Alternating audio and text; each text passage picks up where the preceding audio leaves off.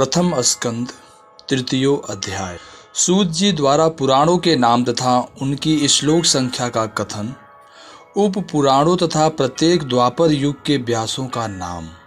सूत जी बोले, हे मुनीश्वर वृंद, सत्यवती सूत वेद व्यास जी से मैंने जिस प्रकार तत्वपूर्वक पुराणों को सुना है उसे मैं आप लोगों से कहता हूँ, सुनिए।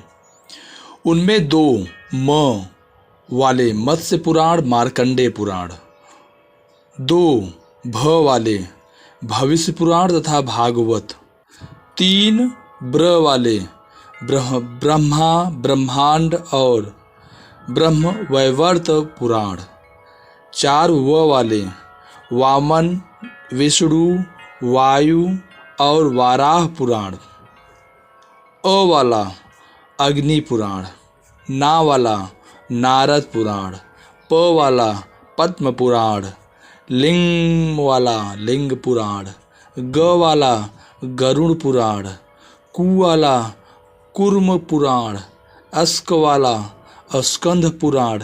ये पृथक पृथक 18 पुराण हैं। उनमें आदि के मत्स्य पुराण में 14,000, अत्यंत अद्भुत मार्कंडेय पुराण में 9,000 तथा भविष्य पुराण में 14,500 श्लोक संख्या तत्वदर्शी मुनियों ने बताई है। पवित्र भागवत पुराण में 18,000 और ब्रह्मा पुराण में 10,000 श्लोक है। ब्रह्मांड पुराण में 12,100 तथा ब्रह्मवैवर्त पुराण में 18,000 श्लोक है।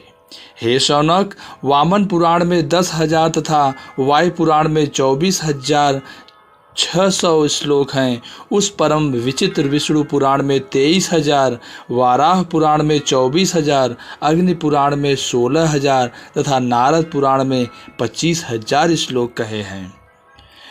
विशाल पद्म पुराण में 55,000 और लिंग पुराण में 11,000 श्लोक है। इसी प्रकार साक्षात भगवान के द्वारा कहे हुए गरुड़ पुराण में 19,000 तथा कूर्म पुराण में 17,000 श्लोक हैं। परम विचित्र स्कंद पुराण में 81,000 श्लोक कहे गए हैं। हे पाप रहित मुनियों, इस प्रकार मैंने पुराणों तथा उनके श्लोकों की संख्या विस्तार पूर्वक बता दी है।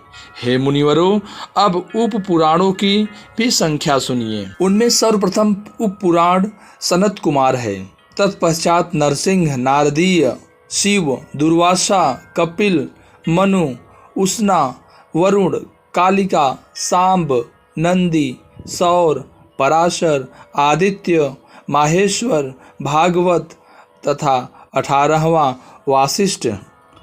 ये सब उप पुराण महात्माओं द्वारा बताए गए हैं।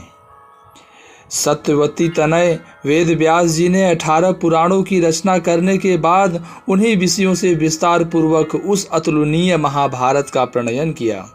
प्रत्येक द्वापर युग में भगवान वेदव्यास जी ही धर्म रक्षात् पुराणों की यथाविधि रचना करते रहते हैं। जब जब द्वापर युग आता है तब तब साक्षात भगवान विष्णु ही व्यास जी के रूप में अवतीर्ण होकर सर्वलोक हितार्थ वेद के अनेक भेदोपभेद करते हैं। विशेषकर कलयुग में ब्राह्मणों को अल्पायु एवं अल्प बुद्धि जानकर वे युग युग में पवित्र पुराण संहिताओं का निर्माण करते हैं।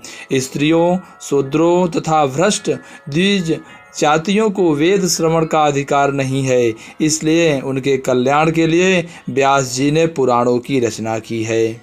हे श्रेष्ठ मुनिगण, इस व्यवस्त्व नामक शुभ 7वें मनवंतर के 28वें द्वापर युग में परम धर्मनिष्ठ सत्यवती पुत्र मेरे गुरु श्री व्यास जी हुए और 29वें द्वापर में द्रोणी नामक के व्यास हुए होंगे। इनमें पूर्व भी 27 व्यास हो चुके हैं, जिन्होंने प्रत्येक युग में अनेक पुराण संहिताओं रची हैं। ऋषियों ने कहा, हे महाभाग सूत जी, अब आप पूर्व काल में प्रत्येक द्वापर युग में अवतीर्ण हुए पुराण वक्ता व्यासों की कथा कहिए। सूत जी बोले, सृष्टि के बाद सर्वप्रथम द्वापर युग में स्वयं ब्रह्मा जी ने ही व्यास के रूप में प्रकट होकर वेदों का विभाजन किया। दूसरे द्वापर में प्रजापति व्यास बने, तीसरे द्वापर में शुक्राचार्य और चौथे द्वापर में बृहस्पति, पांचवें में सूर्य तथा छठे में यमराज ही साक्षात व्यास बने। 7वें द्वापर में इंद्र, 8वें में वशिष्ठ मुनि, 9वें में सारस्वत और 10वें द्वापर में त्रिधामाजी व्यास हुए। 11वें में त्रिवृष, 12वें में भरद्वाज मुनि और 13वें में अंतरिक्ष और 14वें द्वापर में धर्मराज स्वयं व्यास बने। 15वें द्वापर में त्राणुड़ी, 16वें में धनंजय और 17वें में मेधातिथि तथा 18वें में द्वापर व्रती मुनि व्यास हुए। 19वीं में अत्रि, 20वें में गौतम और 21वीं द्वापर में हर्यात्मा उत्तम नामक व्यास कहे गए हैं।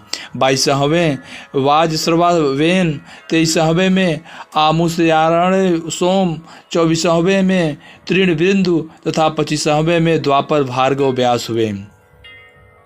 26वें में शक्ति, 27वें में जातुकर्ण और 28वें द्वापर में कृष्ण द्वैपायन जी व्यास हुए। इस प्रकार 28 व्यासों के नाम जैसा मैंने सुना था वैसा बता दिया। इन्हीं कृष्ण द्वैपायन व्यास जी के द्वारा कहे गए श्रीमद् देवी भागवत पुराण को मैंने सुना था, जो पुण्यप्रद है, सब प्रकार के दुखों का नाश करने वाला, सब प्रकार के मनोरथ पूर्ण करने वाला, मोक्षदाता, वैदिक भावों से ओतप्रोत तथा सभी आगमों के रसों से परिपूर्ण, अत्यंत मनोहर एवं मुमुक्ष जनों को सदा प्रिय लगने वाला है।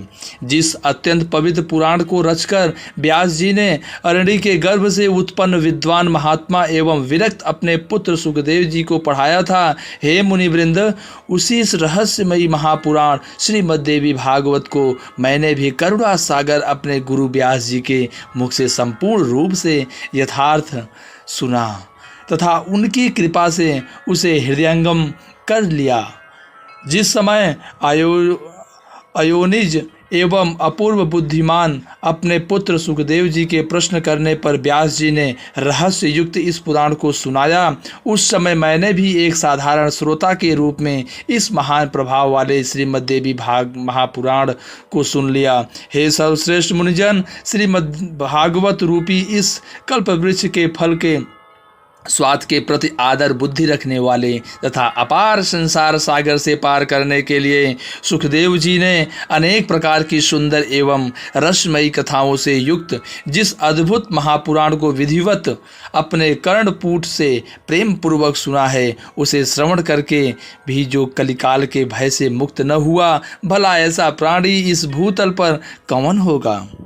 वैदिक धर्म से रहित तथा निकृष्ट विचार रखने वाला बड़े से बड़ा पापी मनुष्य भी यदि किसी बहाने इस उत्तम श्रीमद् देवी भागवत पुराण का श्रवण कर लेता है, तो वह भी निश्चय ही समस्त सांसारिक सुखों को भोग कर अंत में योगी जनियों के द्वारा प्राप्त करने योग्य भगवती के नाम से चिन्हित मनोरम तथा अचल पद को प्राप्त कर लेता है।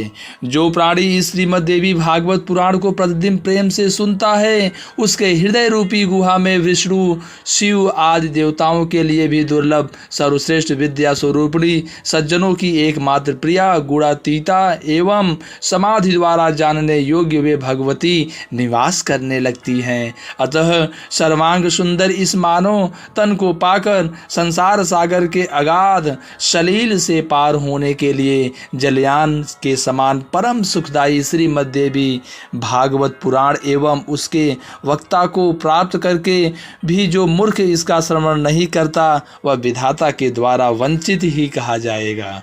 इस दुर्लभ मनुष्य देह में दोनों कानों को प्राप्त करके भी जो सांसारिक मनुष्य केवल दूसरों के दुर्गुणों को ही सुना करता है, वह अधम मंद बुद्धि चारों उत्तम पदार्थों को देने वाले तथा सब रसों से परिपूर्ण इस निर्मल पुराण को भूतल पर क्यों नहीं सुनता। जय माता दी।